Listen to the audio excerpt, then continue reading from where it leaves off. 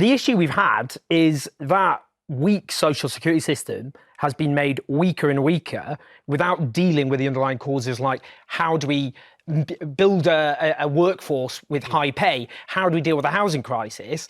And what we've done instead, we've seen it recently with Labour taking away the winter fuel payment away from pensioners, kicking very vulnerable pensioners in the last moments of their lives often. We've seen now the onslaught against disabled people, where already before what Labour did, people with multiple sclerosis, people with cancer, amputees were already being refused help. That is a cruel system, and it's a cruel system which has been made ever crueler whilst we just don't tax rich people properly. So, do you agree with Amnesty that it's designed to be cruel, that it's almost deliberately cruel? Yes, and I'll tell you why. Because what we've had over the last few years, particularly because of lots of newspapers, what do they do? They just find extreme stories of the so-called scrounger living in a mansion made out of widescreen television sets with 50 kids, that kind of thing.